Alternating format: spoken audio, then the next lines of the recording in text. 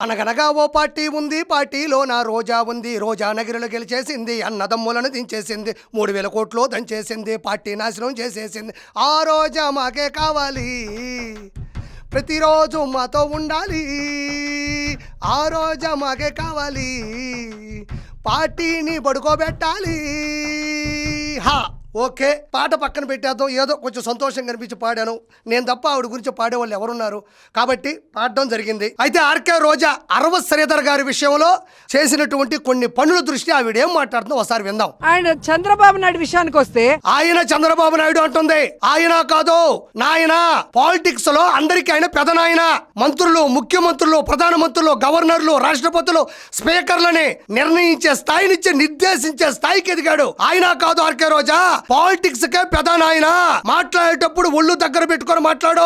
ఆడపిల్ల అంటే ఆయనకి అభిమానం లేదు, గౌరవం లేదు. ఆర్కే రోజా చెప్తుంది, నారా చంద్రబాబు నాయుడు గారికి మహిళలంటే గౌరవం లేదు, అభిమానం లేదు అంటుంది. 2 సార్లు బీఫామ్ తీసుకున్నావు. తెలుగుదేశం నుంచి నిన్ను మొదటిసారిగా రాష్ట్ర రాజకీయాల్లోకి, పార్టీలోకి ఆహ్వానించింది, నిన్ను ముందుకు తీసుకొచ్చింది. నగిరి, చంద్రగిరి 2 గిరిలో ప్రవేశపెట్టి నీకు బీఫామ్ ఇచ్చి నిలబెట్టింది నారా చంద్రబాబు నాయుడు గారు. అంటే నువ్వు ఇప్పుడు మహిళ కాదంటావా? నీకు 2 సార్లు బీఫామ్ ఇచ్చి 2 చోట్ల ఎమ్మెల్యే అభ్యర్థిగా నిన్ను నిలబెడితే మహిళల్ని గౌరవించట్లేదు, వాళ్ళ మీద ప్రేమ లేదంటున్నావు. మరి నువ్వు మహిళవు కాదా అని ఒప్పుకుంటున్నావా? లేదా మహిళవు అయితే ఆయన ఖచ్చితంగా మహిళల మీద ప్రేమ ఉన్నట్టే. ఎందుకంటే 2 సార్లు నువ్వు నిలబడ్డావు. కాబట్టి మాట్లాడేటప్పుడు నువ్వు కొంచెం మైండ్ దగ్గర పెట్టుకొని మాట్లాడాలా. ఈ రోజు ఇంత మందికి జరుగుతుంటే ఒక బాధ్యత కలిగిన ముఖ్యమంత్రిగా 4 సార్లు అయ్యానని చెప్తున్నావు గానీ 4 సార్లు 4 సార్లు అయ్యానని ఆయన చెప్పట్లేదమ్మా. 4 సార్లు ప్రజాస్వామ్యంలో ఎలక్షన్స్ జరిగినాయి. 4 సార్లు ఆయన ముఖ్యమంత్రిగా గెలిచినాడు. అది వికీపీడియా కొట్టా కూడా ఉంటాది. నువ్వు నీ కుటుంబం ఓటేస్తేనో, నా కుటుంబం నాకు ఓటేస్తేనో ఎవరు ముఖ్యమంత్రులు ఎవరు? ప్రజాస్వామ్యంలో ప్రజల చేత, ప్రజల కొరకు, ప్రజల యొక్క డెమోక్రసీ సిస్టమ్ లో ప్రజలు ఓట్లేస్తే అయినాడు. ఆయన చెప్పుకోవట్లే నేను ముఖ్యమంత్రి అయిపోయినాను అని చెప్పట్లే, ప్రజలు చెప్తున్నారు. ప్రజాస్వామ్య పద్ధతులు ఆయన గెలిచాడు, అందరూ చెప్పుకోవాలి. కొన్ని వందల సంవత్సరాల తర్వాత అయినా ఇప్పటి వరకు ఆయన ఎన్నిసార్లు గెలిచాడు అంటే 4 సార్లు ఆయన గెలిచినట్టే. నువ్వు ఏ రోజైనా మహిళల్ని కాపాడావా? ఎంత మంది మహిళల జీవితం. అసలు మహిళల గురించి నువ్వు మాట్లాడుతున్నావు. ఈ రోజు కూటమి ప్రభుత్వంలో 22 మంది మహిళలు శాసనసభ్యులుగా ఉన్నారు. నెలవల విజయశ్రీ, బండారు శ్రావణిశ్రీ, గల్లా మాధవి, లోకం నాగమతి, ఎస్ సవిత, పరిటాల సునీత, వంగలపూడి అనిత, తోయిక జగదీశ్వరి, తంగిరాల సౌమ్య, దాసరి సుధా, యనమల దివ్య, గౌతు శిరీష, మిర్యాల శిరీషాదేవి, వరపుల సత్యప్రభ, గుమ్మిడి సంధ్యారాణి, కోళ్ల లలితా కుమారి, పోస పాటి అదితి, విజయలక్ష్మి, గజపతి రాజు, వేమిరెడ్డి ప్రశాంత్ రెడ్డి, రెడ్డిపుకారు మాధవిరెడ్డి, బొమ్మ అఖిలప్రియారెడ్డి, పల్లి సింధూరారెడ్డి, గౌరు చరితారెడ్డి, 22 మంది మహిళలు ఈ రోజు ఈ గవర్నమెంట్ లో శాసనసభ్యులుగా మహిళలుగా ఉన్నారు. అందులో దాసరి సుధా, బద్వేలు, వైఎస్ఆర్సీపీ పక్కన పెట్టాయి. లోకో నాగమాధవి నెల్లిమర్ల నుంచి గెలిచింది జేఎస్పీ. మొత్తం 21 మంది కూటమి నుంచి గెలిచిన వాళ్ళు ఉన్నారు. అందులో ఏ మహిళనైనా నువ్వు అడిగి చూడు. నారా చంద్రబాబు నాయుడు గారి క్యారెక్టర్ ఏంటి, ఆయన క్యారెక్టరైజేషన్ ఏంటి, ఆడవాళ్ళని ఎంత గౌరవిస్తాడు, ఎంత ప్రత్యేకంగా చెప్పనక్కర్లా. అంతెందుకు మహిళల్ని గౌరవించలేదని చెప్తున్నావు, సాటి మహిళగా నువ్వు చెప్తున్నావు కదా. వంగలపూడి అనిత ఒక దళిత మహిళ,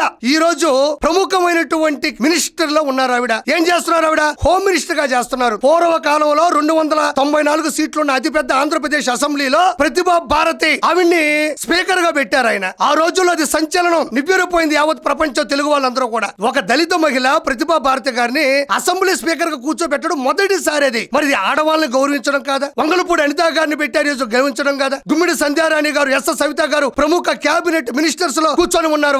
వాళ్ళంతా గొప్పవాళ్ళు కాదా అని నేను ప్రశ్నిస్తున్నా. ఇంతెందుకు నారా చంద్రబాబు నాయుడు గారు ఇప్పటి వరకు మహిళలకు ఏమీ చేయలేదు, మహిళల్ని కాపాడలేదు అంటున్నావు. డ్వాక్రా సంఘాలు ఏర్పాటు చేసింది నారా చంద్రబాబు నాయుడు గారు. ఆటోల్లో, క్యాబుల్లో జీపీఎస్ తప్పనిసరిగా ఉండాలి, స్త్రీలను మనం కాపాడుకోవాలని తప్పనిసరి చేసింది నారా చంద్రబాబు నాయుడు గారు. రాష్ట్ర మహిళా కమిషన్ ఏర్పాటు చేసింది నారా చంద్రబాబు నాయుడు గారు. తన తల్లి కట్టెల పొయ్యి మీద సరిగ్గా వండుకోలేక ఇబ్బంది పడుతూ ఉంటే ఇంకా ఏ మహిళలు రాష్ట్ర వ్యాప్తంగా ఇబ్బంది పడకూడదు అని దీపం పథకం ఆచరణలో పెట్టింది కూడా నారా చంద్రబాబు నాయుడు గారు. ఈ రోజు మహిళా కోర్టులు, ఫ్యామిలీ కోర్టులు, మహిళా పోలీస్ స్టేషన్లు కూడా జనాల్లోకి తీసుకొచ్చింది, ఆచరింపజేసింది, ఆచరణ చేసింది, ఆదరణ తీసుకొచ్చింది నారా చంద్రబాబు నాయుడు గారు. ఈ రోజు మహిళలకి ఏమీ చేయలేదంటున్నావు. నేను చెప్పింది అబద్ధాలైతే ఇవి అబద్ధాలు అని నిరూపించే దమ్ము నీ దగ్గర ఉందా అని నేను ఈ రోజు ఆర్కే రోజున మాట్లాడుతున్నా. ఇంకా విను. మీ తెలుగుదేశం పార్టీ నాయకులు, కార్యకర్తలు, ఎమ్మెల్సీలు, ఎమ్మెల్యేలు, ఎంపీలు మోసం చేస్తే అది ప్రశ్నించిన మమ్మల్ని సస్పెండ్ చేసావు. ప్రశ్నించడం అంటున్నావు, తప్పు లేదు. ప్రజాస్వామ్యంలో ఎమ్మెల్యేగా ఉన్నా లేకపోయినా, సాధారణ మహిళవైనా, గృహిణివైనా, ఎవరు అయినా సరే తప్పు చేస్తే సోషల్ మీడియాలో ప్రశ్నించడం తప్పు అని ఏ ఒక్కరూ అనరు. నేనైతే అసలు అన్నం. మరి ఎమ్మెల్యేలు, కార్యకర్తలు, శ్రేణులు, వర్గాలు, నాయకులు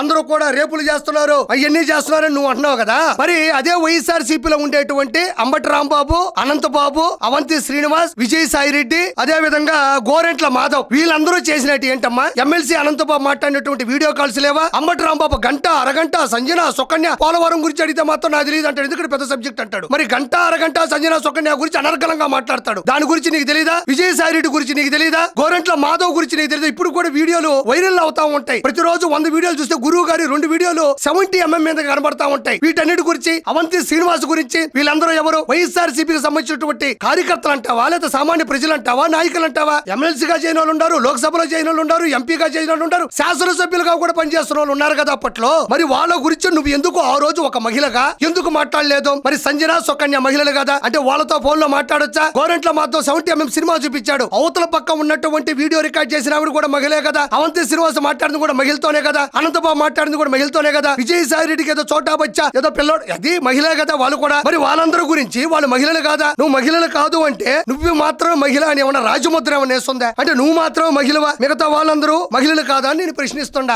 ఆ రోజు రోడ్లు లేవా? ఆ రోజు గొట్టం లేదా? ఆ రోజు అట్టపెట్లు దొరకవా? పట్టుకొని మధ్యలో కూర్చొని ఆ రోజు ఎందుకు నిలదీయలేదు? అంతెందుకమ్మా? వీళ్ళ ఆడవాళ్ళ గురించి మొత్తం వదిలే. సొంత చెల్లి కన్న తల్లి వీళ్ళు ఆడవాళ్ళు కాదా? సొంత చెల్లిని కన్న తల్లిని బయట పంపించి పసుపు చీర కట్టుకుందని దారుణాది దారుణంగా వర్రా రవీందర్ రెడ్డి చేత పోస్టులు పెట్టించినటువంటి జగన్మోహన్ రెడ్డి కీచకుడు కదా, రాక్షసుడు కదా, హీజ్ అన్ మాన్స్టర్. మరి ఆ రోజు జగనన్న గురించి, మిగతా వాళ్ళ గురించి నువ్వు ఎందుకు మాట్లాడలేదు?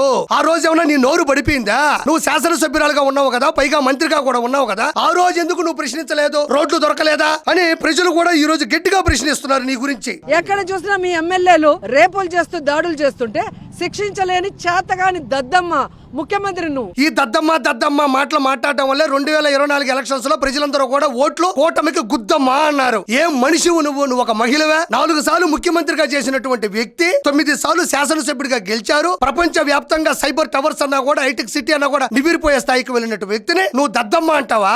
ఏమైంది? ఈ రోజు 151లో నుంచి 5 పోయినాయి. 5లో కూడా నువ్వు ప్రథమ భాగ్యం ఊహించినందుకు చాలా సంతోషంగా ఉంది నాకు. అసలు ముఖ్యమంత్రిగా నువ్వు పనికిరావు, నువ్వు కూడా రిజైన్ చేయాలి. అండ్ ఈ రోజు జనసేన పార్టీకి పెట్టి అందరికి ఏదో ఉద్ధరిస్తానని చెప్పి నీ పార్టీలో ఉన్న వాళ్ళే రేప్ చేస్తుంటే, నీ పార్టీ వాళ్ళే మహిళలకు మోసం చేస్తుంటే, ఏమి చేతగాని దద్దమ్మ పవన్ కళ్యాణ్ అసలు డిప్యూటీ సీఎం గా పనికిరాడు. ఇప్పుడు పని చేయండి అర్జెంట్ గా. ఈ డిప్యూటీ సీఎం పదవిని, సీఎం పదవిని అన్నకిస్తే అన్న అసెంబ్లీకి వస్తాడు. అన్నకు 2 చాక్లెట్లు కావాలి, ఆశా చాక్లెట్, న్యూట్రిన్ చాక్లెట్. ఒకటి డిప్యూటీ సీఎం, 2 సీఎం, ఇంకొక చాక్లెట్ ఉంది, అది వేరే విషయంలే కానీ ఇస్తే అన్న అర్జెంట్ గా అసెంబ్లీ పరిగెత్తుకుంటా వచ్చి కారు కోతలకు వస్తా ఉంటాడు. ఇప్పుడు జనసేనలో ఉండేటువంటి అరవ శ్రీధర్ అనే వ్యక్తి మీద ఈ రోజు వీడియోలు వచ్చినాయి, వైరల్ అవుతున్నాయి. మీరు ప్రశ్నిస్తున్నారు, తప్పు లేదు. ఆయన ఏం చేశాడు? ముగ్గురుతో ఉండేటువంటి కమిటీని వేశాడు. 7 రోజుల్లో కూడా విశ్లేషించి విచారించి విచారణ జరిపి ఎవరిది తప్పు, ఎందుకు తప్పు, ఇందులో ఎంతమంది ఉన్నారో నాకు చెప్తే నేను అందరి మీద కూడా సస్పెన్షన్ చేస్తానని మాట ఇచ్చారు. ఆ లెటర్ యాడ్ కూడా బయటకు వచ్చింది. ఈ మధ్యలో నీకెందుకు అంత గోల?